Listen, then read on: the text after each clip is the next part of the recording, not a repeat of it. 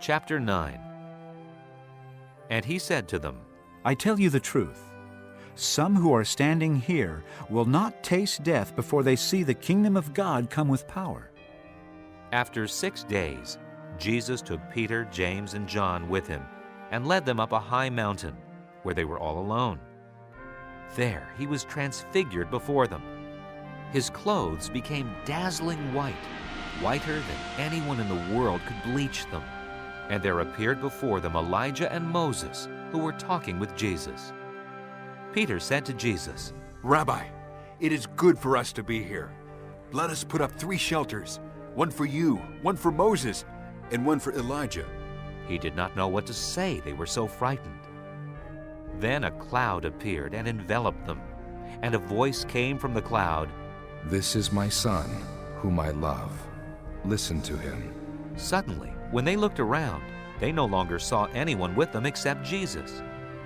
As they were coming down the mountain, Jesus gave them orders not to tell anyone what they had seen until the Son of Man had risen from the dead. They kept the matter to themselves, discussing what rising from the dead meant. And they asked him, Why do the teachers of the law say that Elijah must come first? Jesus replied, To be sure, Elijah does come first and restores all things. Why then is it written that the Son of Man must suffer much and be rejected? But I tell you, Elijah has come, and they have done to him everything they wished, just as it is written about him. When they came to the other disciples, they saw a large crowd around them, and the teachers of the law arguing with them. As soon as all the people saw Jesus, they were overwhelmed with wonder and ran to greet him. What are you arguing with them about? He asked. A man in the crowd answered, Teacher, I brought you my son, who is possessed by a spirit that has robbed him of speech. Whenever it seizes him, it throws him to the ground. He foams at the mouth, gnashes his teeth, and becomes rigid. I asked your disciples to drive out the spirit, but they could not. Oh, unbelieving generation, Jesus replied. how long shall I stay with you? How long shall I put up with you? Bring the boy to me. So they brought him. When the spirit saw Jesus, it immediately threw the boy into a convulsion. He fell to the ground and rolled around, foaming at the mouth. Jesus asked the boy's father. How long has he been like this? From childhood, He answered, it has often thrown him into fire or water to kill him. But if you can do anything, take pity on us and help us. If you can, said Jesus. everything is possible for him who believes. Immediately the boy's father exclaimed, I do believe. Help me overcome my unbelief. When Jesus saw that a crowd was running to the scene, he rebuked the evil spirit. You deaf and mute spirit, He said. I command you, come out of him and never enter him again. The spirit shrieked, convulsed him violently, and came out. The boy looked so much like a corpse that many said, He's dead. But Jesus took him by the hand and lifted him to his feet, and he stood up. After Jesus had gone indoors, his disciples asked him privately. Why couldn't we drive it out? He replied. This kind can come out only by prayer. They left that place and passed through Galilee. Jesus did not want anyone to know where they were, because he was teaching his disciples.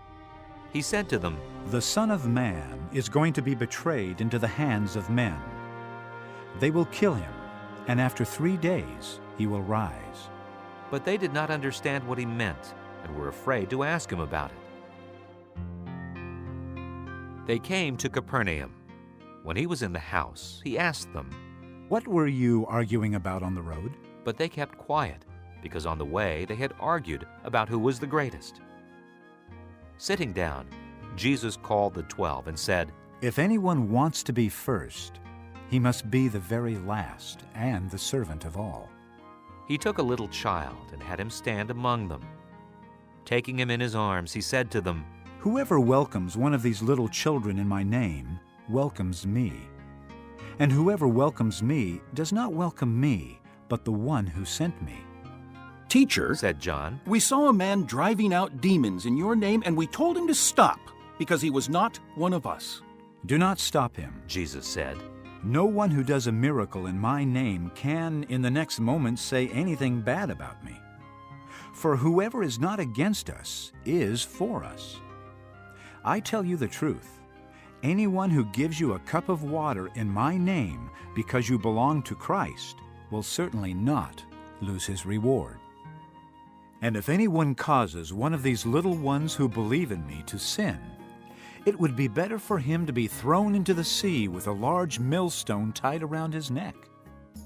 If your hand causes you to sin, cut it off. It is better for you to enter life maimed than with 2 hands to go into hell, where the fire never goes out. And if your foot causes you to sin, cut it off. It is better for you to enter life crippled than to have 2 feet and be thrown into hell. And if your eye causes you to sin, pluck it out. It is better for you to enter the kingdom of God with 1 eye than to have 2 eyes and be thrown into hell, where their worm does not die and the fire is not quenched. Everyone will be salted with fire. Salt is good, but if it loses its saltiness, how can you make it salty again? Have salt in yourselves, and be at peace with each other.